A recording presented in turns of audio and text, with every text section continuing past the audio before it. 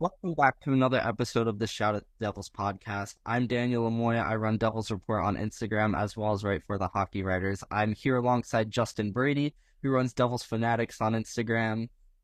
Before we even get into Devil stuff, some recent news in the hockey sphere. Unfortunately, Johnny Gaudreau and his brother Matthew, both exceptional hockey players and even better people, passed away in Justin and I's home state of New Jersey.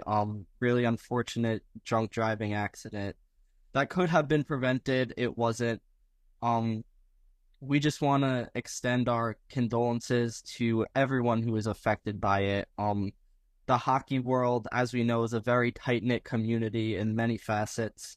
And just seeing how, for as unfortunate as it is, and I wish we didn't have to be talking about it, but it really showed how people can unite and come together for a better cause. And just the outpouring of love, all the stories we've seen have been really just touching.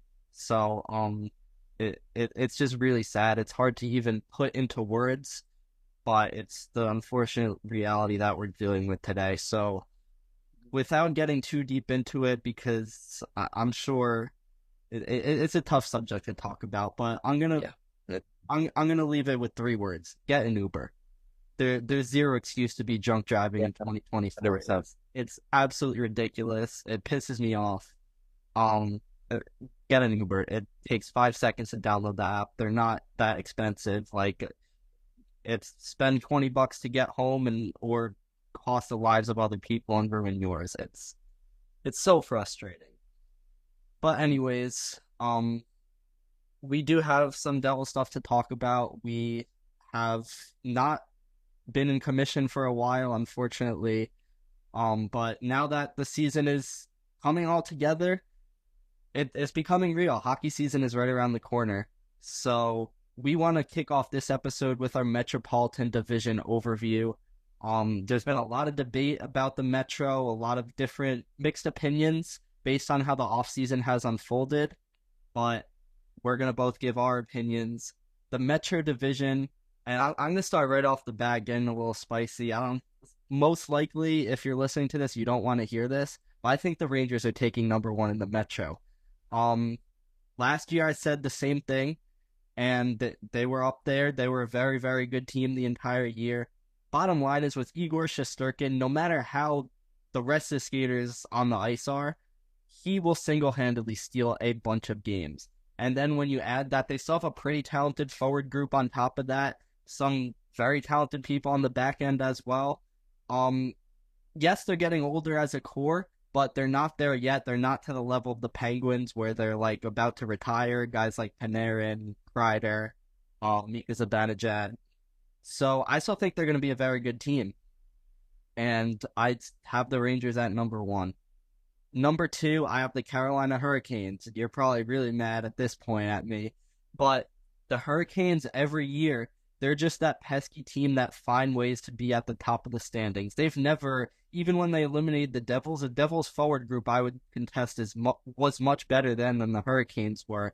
But the style of play that they have under Rod Brindamore, the way they're able to just play as a team and all collectively play solidly, even if they don't have those quote unquote superstars like, say, a team like Edmonton has. Playoffs might be a different story. Goaltending's a factor for them, but the Hurricanes are still going to be a very, very good team. And I will add, even though I have them ahead of the Devils, not by much. I have the Devils at number three. I think it's going to be a 1 or 2 point difference. The Devils could end up ahead of them by 1 or 2 points, but I think those two teams are going to be very close, and even the Rangers will be very close. It's not going to be some huge disparity. So Rangers 1, Hurricanes 2, Devils 3. Then I have a bit of separation. I have the Capitals. They're negative $10 million in cap space, which hurts them. They're going to have to make some moves, and this could potentially push them farther down. But TJ Oshie will likely go on LTIR. That's almost all that cap space, at least 60% of it right there. They have some young promise. The Hershey Bears won the Calder Cup. They had a few good pieces like Hendrix Lapierre, Ivan Miroshnichenko, guys who can step up in roles, and they did make the playoffs. People seem to forget that. It was kind of a push down the end. They rightfully got mopped by the Rangers. But regardless, the Capitals, I still think they're going to be able to make a decent push, and Playoffs, maybe not, maybe a wild card team, but I think they're going to be fourth in the Metro. Then we have the Penguins, Crosby and Malkin. I mean, for as long as they're still lacing it up, they're going to keep the Penguins relevant. Like last season, maybe not playoff worthy, but they're not going to be a bottom of the barrel team. That's the bottom line. Then I have the Islanders after that. I do like the Anthony Duclair ad a lot, but they're missing a left wing. That's a big hole. As of right now, Kyle McLean is their third line left wing. They're going to have to upgrade in that regard, but Ilya Sorokin I still think is an elite goalie, even if he had a rough season last year. And Noah Dobson, too, is a stud. He really is a stud on that back end. So I have the Islanders at 6. Then some separation. The Flyers, they have some young talent and could surprise, maybe push for a wild card. But we saw the Torts magic kind of run out last season, and I think it's going to be more of the same. I think the Flyers are still ways away from competing. And then the Blue Jackets, who obviously we just talked about the Johnny Gaudreau situation, but aside from that, they were a mess anyways. They have some good young talent. They're rebuilding, but they kind of remind me of the Devils about a half decade ago because they have a long way to go in terms of competing on a nightly basis. So, unfortunately for Blue Jackets fans, it's been a rough go of it. And I think on the ice it will continue to be a rough go of it this season. So Justin, that's my 1 through 8. What do you got? All right, so mine's a little similar to yours. I got number one, Rangers. I think I'm not going to say the obvious one, but I think it's the right choice because they're still an amazing team. They didn't lose many pieces in the offseason. They added Riley Smith, which is, yeah, he might be a little bit overrated, but he's going to be much better in that top six. The Rangers needed a top winger to support Kreider and Zibanejad. So hopefully Smith can do that for the Rangers. Obviously, I don't hope that happens, but for Rangers fans, obviously they hope that happens. And they have the best darn goalie in the whole league. Igor Shesterkin, like you said, Daniel, can steal you a bunch of games. He's just amazing. So I got to give it to the Rangers, number one. But I have a little different here. Number two, I have the Devils.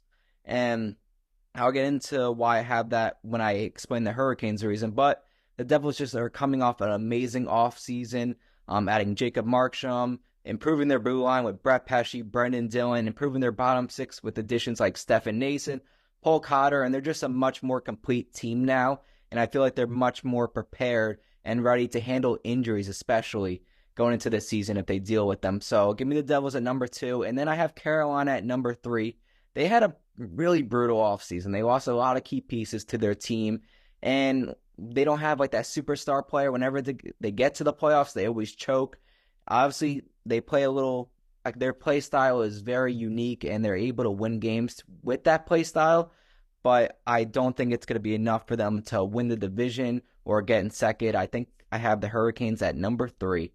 And this is where it gets interesting. I feel like most people will say those are their top three teams in the Metro this year. And then it's like, where do the next five teams really slot in? At number four, I have the Islanders, and that hurts me to say, but I don't. They had an okay offseason. Like you said, Daniel, the Anthony Duclair addition is very underrated. He's gonna be great in that top six role for the Islanders. Noah Dobson, as you mentioned, one of the best young defensemen in the league, and he's only getting better. I think Ilya Sorokin's gonna have a bounce back season. I feel like Matt Barzal has been getting better year by year. I think he's gonna really show out this year. So yeah, I don't know if the Islanders are gonna make the playoffs, but I have them in fourth place in the Metro. And now you could really interchange between the Penguins and Capitals. I view them the same right now, but I'm going to give the slight edge to the Penguins. As you said, Crosby, absolutely amazing player. He's still playing at a high level at his age, 35, 36, 37, around that right now for age-wise. He's still an amazing player. And yeah, I mean, I'll just keep the Penguins at five, and then the Capitals, number six.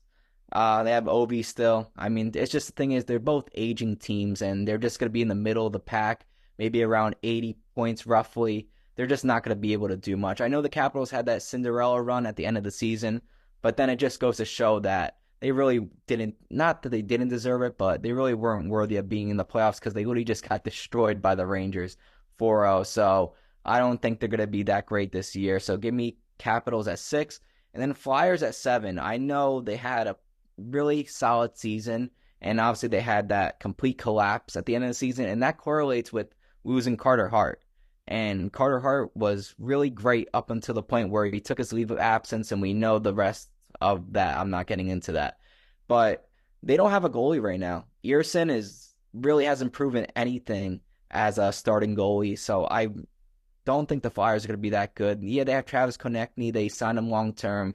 But I mean, that's really their best player, and that's not like a thing to brag about, really. So I don't think the Flyers are going to be that good. And then Columbus, number 8, they're just in a tough situation right now. They just lost Patrick Laine. So it's just going to be a tough situation for them. It's going to be a long time until they could be good again. So those are my 8. Daniel, what do you think about them?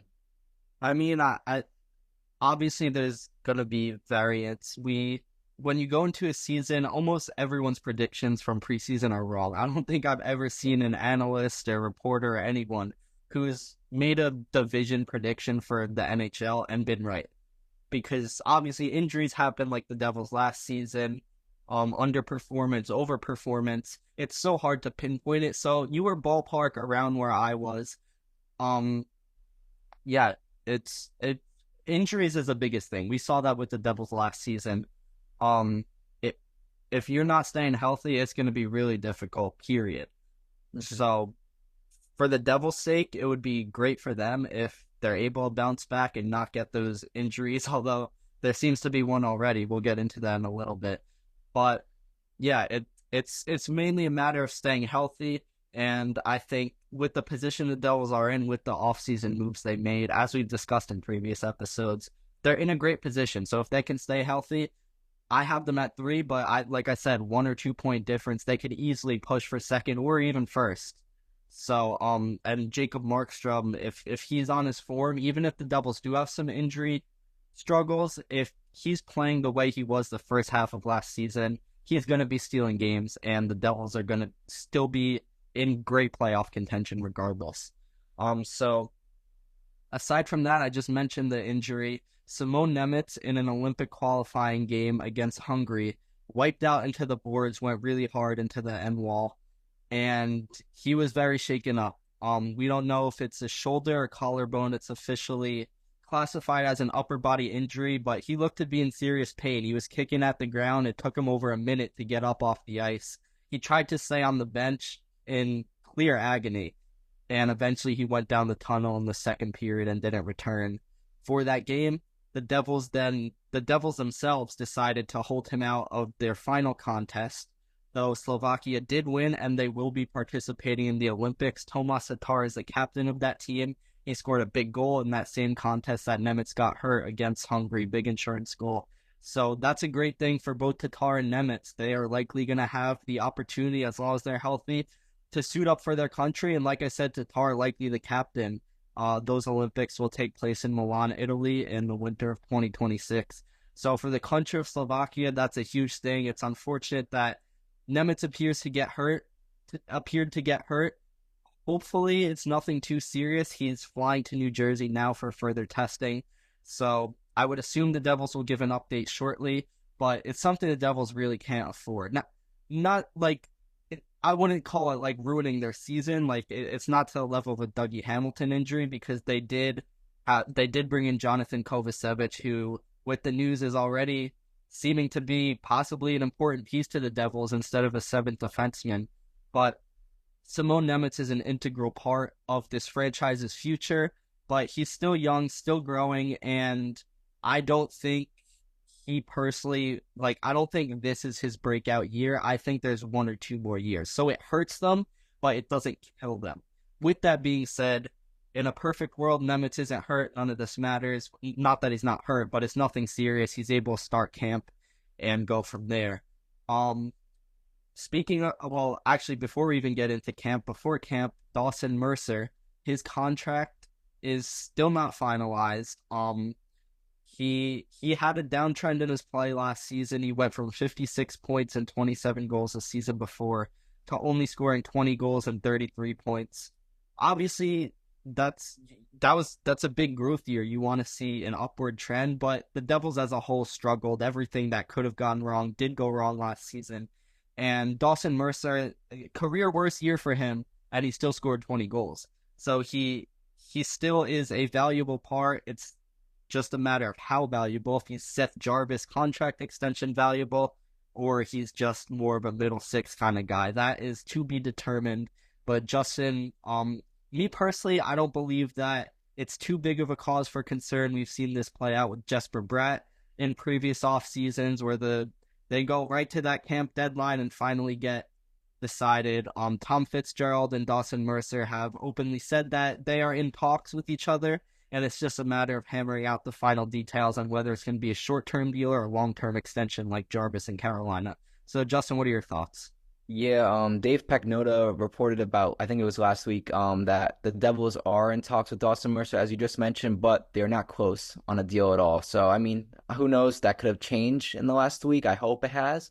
But yeah, Dawson Mercer's a key piece to this team. Even though he had a down year, he's going to be important for this team. I think they're really relying on him to be a top six forward going forward for them, whether he's on a short term or long term deal, because he's proven that he could be a reliable top six guy. He nearly had 30 goals just 2 seasons ago, and he was outstanding. Remember, he had that one like Linsanity run where he was like scoring like what, he had like 10 goals in 8 games, something like that. So they're really hoping they can get something like that with Mercer going forward here. Obviously, we need. I mean, one of the best things about him is he's always healthy. He's never missed one game of his career. He's played all 82 games in each of his first 3 seasons, and that's a great trait to have about a player. Yeah, you could say health is about unluckiness sometimes, but know what? I credit to Dawson Mercer for keeping his body right, staying healthy, and yeah, credit to him. But I think they really need to get this deal done. Whether it has to be done before preseason, because then if it's not done before preseason, then it's time to start worrying and panicking a little bit because, like you said, Bratt's deal got done before preseason during camp.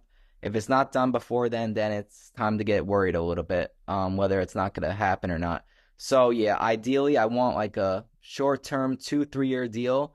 It's just maybe the Devils just don't have much cap space right now, and Mercer, he's seeing all these other contracts right now. Draisaitl just got like 14 million a year. As you mentioned, Jarvis got what, 7.5, 8 million a year. So Mercer's looking at that like I could probably get 5 to 6 million a year from other teams, but not the Devils. So I don't know. Obviously, negotiating is a tough part about sports. So we'll see what happens. I really hope Mercer gets re-signed soon, though. Yeah, I just want to add to that. If it does get into preseason, it's still not rectified, which I personally think it will be, but we'll see. Then it kind of becomes a distraction. And the last thing the Devils need is a distraction after how all of last season went. The Alexander Holtz saga was a distraction on many nights.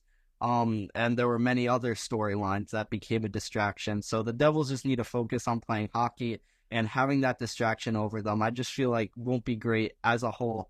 Another thing you were mentioning, his durability. Yes, there's some luck involved, but Dawson Mercer has made an art out of spinning off hits and not letting himself be squared up by the opposition. I could say maybe one time I've seen him take a solid hit. Compare that to someone like Jack Hughes when they came in the league, who probably took 150. So that fully goes to Mercer's credit, and that durability, as you mentioned, and as we've talked about the Devils' injury so many times, is a very key, important thing. So that goes unsaid. Maybe there's other players who are slightly better than him, but are they as durable? Can they hold up for a pennant push or whatever? And you can't say that like it's almost a guarantee with Dawson Mercer. So he's a very important piece. Like we said, still scored 20 goals in a career worst year. And you would assume with a healthy team, even if he plays the exact same way he did last year, he'd still score maybe 24, 25 goals and have 40, 45 points as a bare minimum. And he's still very, very young. What's he, 22, I think? Yes. So, Dawson Mercer, obviously, key component, and we'll see how that shakes up. Going into camp, speaking of camp, it's starting really soon. It almost doesn't feel like it. It's still hot out. Still feels like summer, but really September 11th. So that's exactly a week from today, actually, is when rookies report to camp. And 2 days after that, the Prospects Challenge starts, where the Devils prospects will play prospects from other teams in a sort of scrimmage games. And those games are important in terms of evaluating how players are going to go through camp. Going back to Jack Hughes, he had a great Prospects Challenge. Guys like Alexander Holtz have in the past had great prospects challenges. Seamus Casey last year, I believe, or maybe it wasn't there. Maybe I'm thinking of someone else. But anyway, um, Friday, September 13th is the Devils' first prospects challenge game. It's at 3:30 p.m. versus the Ottawa Senators. Then they're right back the next night, 7 p.m. versus Buffalo on Saturday, September 14th. And then Monday, September 16th at 10 a.m. versus the Boston Bruins. For some of these guys, I would assume guys like Seamus Casey are going to be there, and then guys like Josh Philman, Cam Squires. We don't have the full roster yet. Most teams have released theirs, so that means the Devils will likely do it very shortly. But it's going to be a good look at how these guys could perform amidst other top prospects, and if they're able to show out, maybe they get consideration for possibly making the team, or maybe a larger role in Utica. It's all very important stuff. So the fact that we're basically days away from paying attention to all that, from hockey becoming relevant once again after this offseason, it's an important thing to pay attention to. Justin, what are your thoughts? Yeah, no, it's very important for all these rookies to really make a name for themselves and put themselves out there. I'm looking at Josh Philman. I mean, he got a lot of praise and attention last year during rookie camp and during the Prospects Challenge last year, and then it kind of just died down a lot with him, and not many people forgot about him. So now I want him. I really hope he could show what he's made of once again, and maybe try to fight for a spot on the team. I mean, I know there's a lot of battles to be made with who makes the roster, especially on the forward group. I mean, there's so many guys who can make it, so many guys who can't make it, like Nolan Foote, Brian Hallinan, are two guys who can make it, but maybe not. Like, we really don't know. So I really hope one of these guys emerge as a guy who can make the team improve themselves. Obviously, Seamus Casey, he's the Devils' top prospect right now. There's no denying that. I really hope he could have a good camp and a good prospects challenge. And obviously, I think he's going to be most likely he's going to be in Utica for the whole year unless injuries happen. But obviously, this is the start of him being with the team and the organization. He signed his entry-level contract this past summer. So really hoping to see a lot from those two guys. Yeah, there's two guys I'm looking at. First one, they're more that none of them are like high level prospects, but I think they could make a difference. Dylan Went, who the Devils signed as an college free agent after the NCAA season ended last year. I talked to a bunch of the players at development camp, and by far, leaps and bounds, Dylan Went was the most confident player. And it's not a bad thing. I'm not saying he was like cocky, but he made it clear that he felt very comfortable when he got his feet wet in Utica. He trusts his game, he trusts his talent, and that he's not afraid to go ahead of anything. Whereas there were other guys who were saying, oh, it was a big jump to go to Utica, that they were nervous, stuff like that. And that's not wrong either. But Wentz confidence really stood out to me. And he was a point per game player, I believe, at Western Michigan. So if that could translate over to the pro level, I know he did score it for Utica. He only played a few games with them at the end of last season. So he could be someone who eventually, even if it's not this year, could eventually crack the lineup and become a steady presence. We've seen college free agents become very solid NHLers in the past. So Dylan Wentz a pretty big boy too. So we know the Devils have put an emphasis on size lately. So that's one person I'm looking at. Another one is Mikhail Diote, who is a defenseman. He won Defensive Defenseman of the Year in the QMJHL, Quebec Major Junior League last year. Doesn't score a ton of points, but he's shown that he can shut down the opposition's offense, and he made it clear that he feels that he belongs in the pro ranks as well. He'll be playing in Utica this year alongside Seamus Casey, and Diote, his stick position is great. His gap is great. Everything he does as a defenseman is basically textbook. And he's very, very young, but I think he's 20 right now, but he's someone who could eventually crack the lineup as someone who could play against top level guys and just shut them down. Like I said, his offense isn't really there, but shut down defensive defensemen are still a very important part of this game. And the fact that the Devils were able to sign someone like that, who, like I said, Quebec Major Junior League, there's probably, 600 other defensemen he's going against, or maybe I'm exaggerating, that it's not 600, but it's still a lot. And he was the best one defensively out of them all. I think he was like a plus 58 for the season or something like that. So that's one guy that I am also looking at on top of all the top prospects like Philman or Casey, etc. Yeah, no, I like those picks. I mean, I'm excited to see how it all unfolds. And then eventually we get into training camp, and that's when it gets really exciting. We get to see who's gonna be on that fourth line. I think that's so crucial to figure out. I feel like we have like our top nine set, but I feel like it's really a battle to who earns those last three spots in the forward group. I feel like the defense is pretty set in. Obviously, goalies, you got Markstrom, Allen. I think those are set in stone. But I think the bottom line for the Devils right now is really a mystery of what it could look like, and I'm excited to see what it looks like. Yeah, I agree.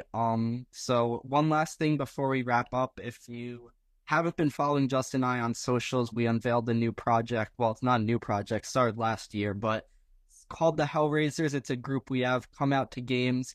Tickets are $50, and with that, you get private VIP access to the party zone, which has a lounge. It has um multiple like arcade games, ping pong table. There's 15 PlayStations in there. So it's a pretty cool experience, and you get to go on the Prudential Center ice and shoot a puck after the game. I believe it's against Nashville on November 25th. Correct me if I'm wrong. Yep. So we'll have that in our bot in the description here if you're listening to the podcast or watching it. You could follow our Instagram as well to keep up with it, Hellraisers NJD. We sold 60 tickets just in the first week, where we have, I believe, 150 available. Not sure on the exact number, but it's around there. So it's something that people have had a lot of fun at. They've said great things to us, and just for both of us as people who create content that revolves around the Devils, Justin obviously as a fan page, and me as a journalist for the Hockey Writers, as well as running Devils Report. Um, we take great pride in it. We enjoy that you're all able to make memories with our group, and we're able to bring everyone together to enjoy a night out at the Rock. So if you guys are interested, feel free. It's a pretty fun thing we got going on, so just wanted to throw that out. But hockey is very, very, very close. Finally, it's weird. Like when I was little, like I hated when summer ended and school started, and now it's like just get summer over with. I want hockey. So Yeah. I don't know if you feel Yep. the same way, but Nah, especially after this past season, you're excited for it because they had such a great off season and like it was such a letdown last year. Like we're ready to go. I'm excited. yeah, for sure. So I believe that's it. You got anything else?